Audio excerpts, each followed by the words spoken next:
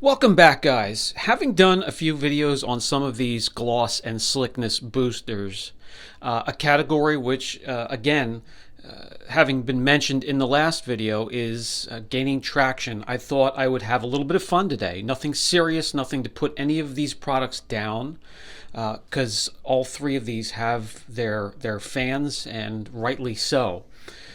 So we're going to put them side by side on a panel. This is a vehicle that was picked up from the auction, driven hard. We're not going to do any correction, but we will do the proper wash and decon. I recommend a full wash and decon, including eye remover and clay, and at least a cleaner polish, if not an enhancement or one step.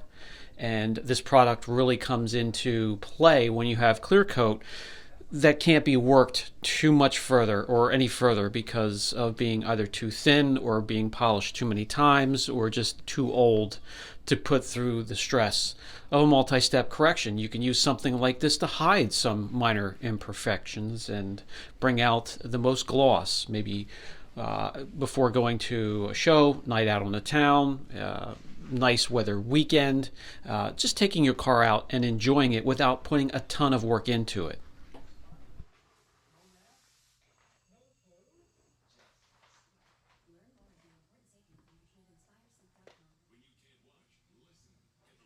Okay, the surface is now squeaky clean. It's nice and smooth, no bonded contaminants. One more step for me. That's going to be bringing in a panel prep to make sure there are no existing or old waxes or sealants or anything left behind. The products mention not being able to get along with certain coatings, can be used with waxes and sealants. So we're going to put it on a panel that has nothing whatsoever. This vehicle hasn't been protected in quite some time. You can see some of the wear and tear, some of the love marks, towel marks, swirl marks, whatever you want to call them. The products we'll compare on this panel have filling capabilities, so we're going to keep an eye on that as we progress. Let me bring in the swirl finder and give you one last look before we start to apply these products.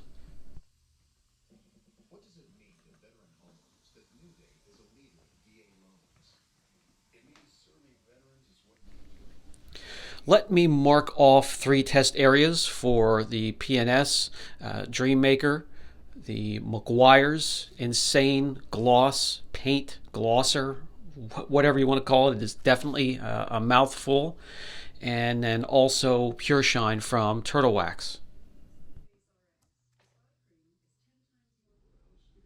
Okay, we are ready. These are the products we are comparing side by side today, just to compare characteristics as they are right next to each other. Are there major or minor differences? Well, let's find out.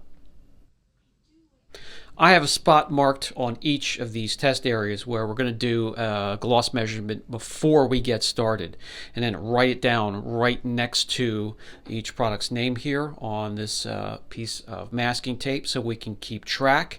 We'll apply the products, 2 layers each in each section, and we'll let it cure properly. A lot of these products, I believe all 3, they don't mention a cure time whatsoever, but we'll give it at least overnight, maybe 24 hours, to let them start to crosshatch, bond, cure, whatever they do.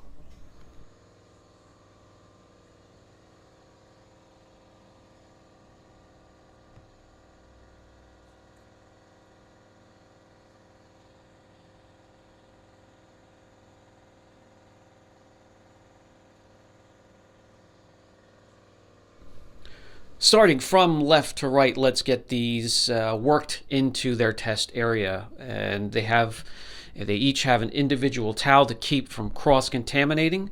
Let's start with PNS Dream Maker. And we'll do the first layer, and then I'll grab you, bring you in close for a first-person view.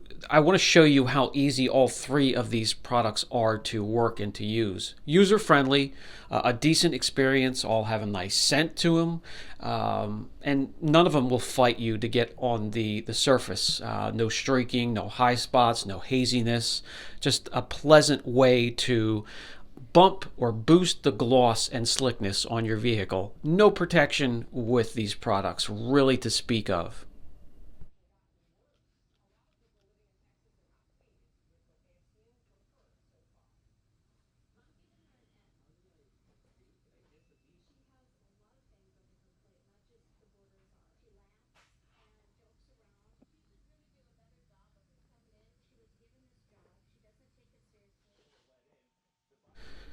And now the Meguiars Insane Shine Paint Glosser.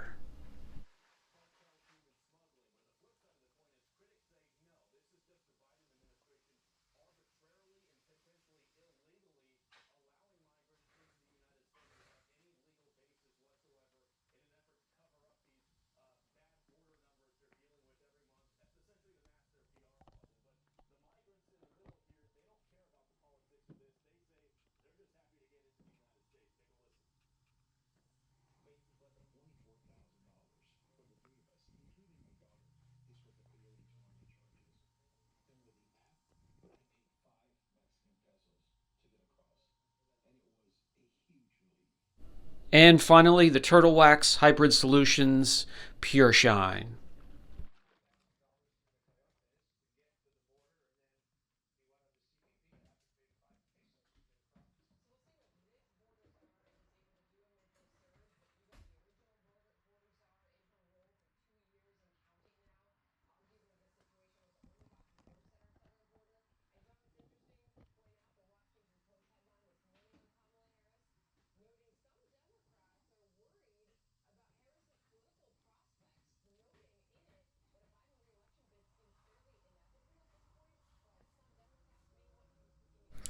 Okay, all three applied. Let's just leave them go. It's the end of the day. We'll take off and leave it be in the heated shop overnight.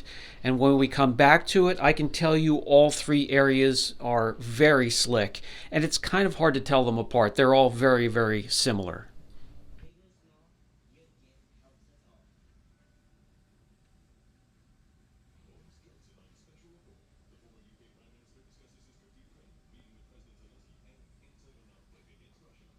Let's grab our foam blocks for the usual slickness test.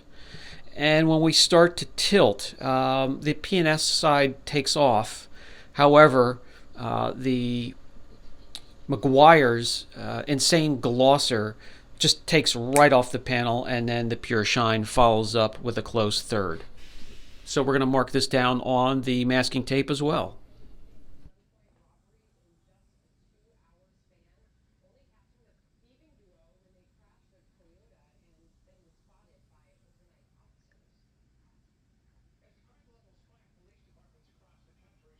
Okay, so you get slickness with all three.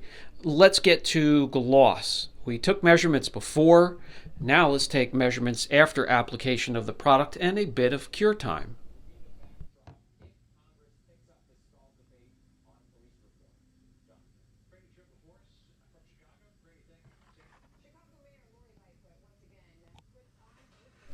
All right, so a slight increase, somewhere around 2 gloss units. It's jumping up and down as it sits there on its own.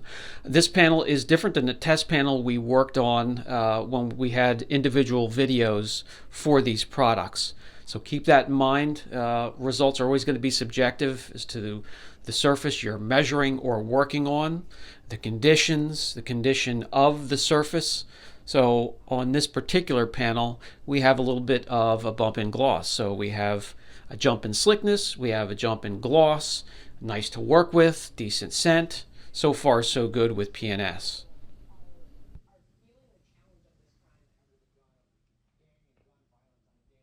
Now, when we get to the Meguiar section, there is something that is not agreeing with the beam coming down from the machine of the gloss meter onto the surface and refracting back up into it, so the machine, the gloss meter, can get a reading. And this happens every once in a while. Something just throws off that reading. On the panel yesterday in Meguiar's Insane Paint Glossers dedicated video, there were improvements in gloss on just about every section of that panel. On this panel, there's something that the meter is not agreeing with, and that happens every once in a while. So we're just going to write down the reading that we get, and I moved it around a little bit. I left it sit a little bit so it settles, and we get about a loss of 2 gloss units. Let's jump over to the Turtle Wax Pure Shine section.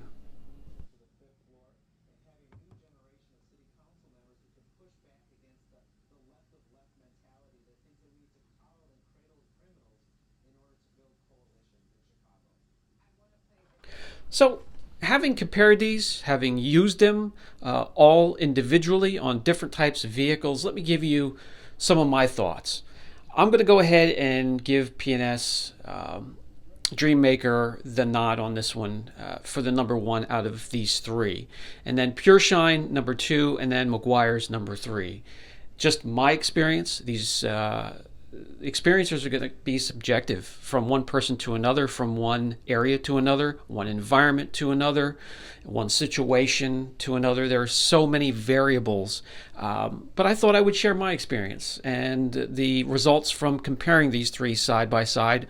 I hope you enjoy.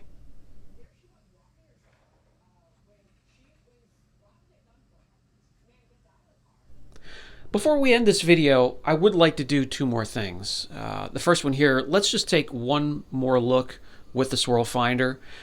The surface to me here, I'm not sure what the camera is picking up, but the gloss is definitely a little bit better. The reflections are crisp, and the filling capabilities have masked some of the lighter imperfections and towel marks and swirl marks on the top, but a lot of them still do remain.